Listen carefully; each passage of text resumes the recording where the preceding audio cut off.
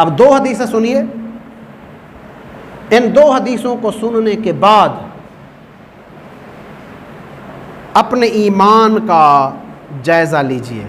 اگر دونوں حدیثوں پر عمل ہے تو مبارک ہو، اور اگر نہیں ہے تو پھر اپنی خیر مناؤ، اپنے ایمان کی خیر مناؤ۔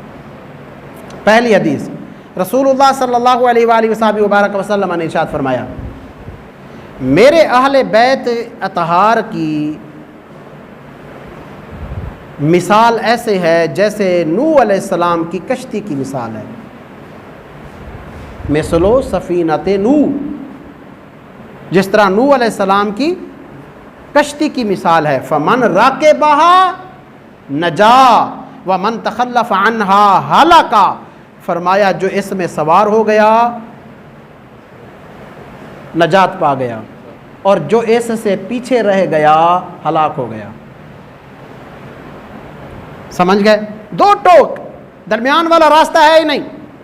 جس نے میرے اہل بیت اطہار کی کشتی میں خود کو سوار کر لیا بچ گیا، ایمان بچا لیا، نجات پا گیا، اور جس نے میرے اہل بیت اطہار کا دامن چھوڑ دیا ہلاک ہو گیا۔ جیسے نوح علیہ السلام کی کشتی میں جو سوار ہوا تھا طوفان سے بچ گیا تھا، جو سوار نہیں ہوا تھا، روئے زمین پر تو طوفان تھا، جو سوار نہیں ہوا تھا وہ ہلاک ہو گیا۔ تو جو اہل بیت اطہار کا دامن تھامے گا وہ بچ جائے گا، ایمان کو بچا لے گا، اور جو اہل بیت اطہار کے دامن کو چھوڑ دے گا ہلاک ہو جائے گا۔ اب اگلی حدیث سنیے، دوسری حدیث، آپ صلی اللہ علیہ وسلم نے ارشاد فرمایا، اصحابی کن نجوم اقتدیتم اہتدیتم، میرے صحابہ کی مثال ستاروں کی سی ہے، جو ان کی اقتدا کرے گا وہ ہدایت پا جائے گا، وہ سیدھے راستے پر چلے گا، وہ بھٹکے گا نہیں، وہ گمراہ نہیں ہوگا۔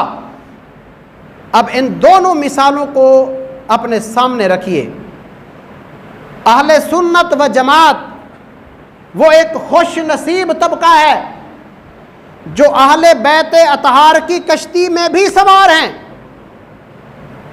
اور صحابہ کرام علیہم الرضوان کی محبت میں بھی لبریز ہیں، اور ان سے ہدایت بھی پا رہے ہیں۔ اس لیے ان کے گمراہ ہونے کا کوئی چانس نہیں ہے۔ یعنی جو کشتی میں سوار تو ہو گیا مگر صحابہ سے رہنمائی نہیں پائی، اقتدا نہیں کی، وہ بھی گمراہ۔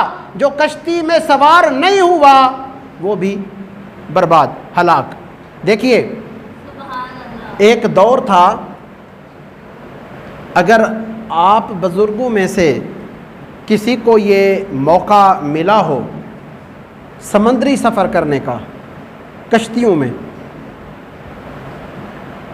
کسی کو موقع اگر ملا ہو تو اسے پتہ ہوگا کہ جو ملاح ہوتا ہے، جو کشتی کا سربراہ ہوتا ہے، کشتی چلانے والا رہنمائی ستاروں سے پاتا ہے۔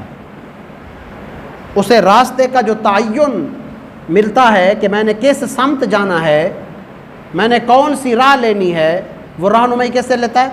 ستاروں سے۔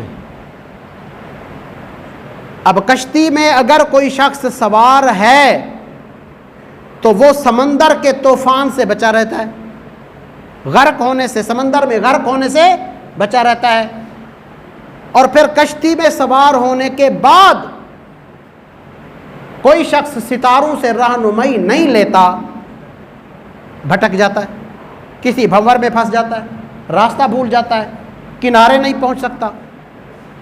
اس کا مطلب ہے جو کشتی میں سوار ہے وہ تبھی اپنی منزل مقصود تک جا پہنچے گا جب وہ ستاروں سے رہنمائی لے گا۔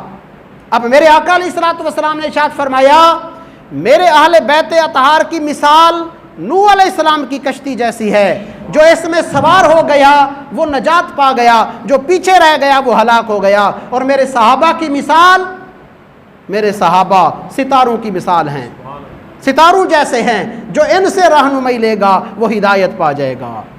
تو جو اہل سنت و جماعت ہیں الحمدللہ وہ اہل بیت اطہار کی کشتی میں سوار ہیں اور صحابہ کی رہنمائی لے رہے ہیں، صحابہ کی اقتداء کر رہے ہیں، صحابہ کے پیچھے بھی چلے ہوئے ہیں، ان کی محبت سے بھی اپنے دل کو لبریز کیے ہوئے ہیں۔ اس لیے اللہ کے فضل و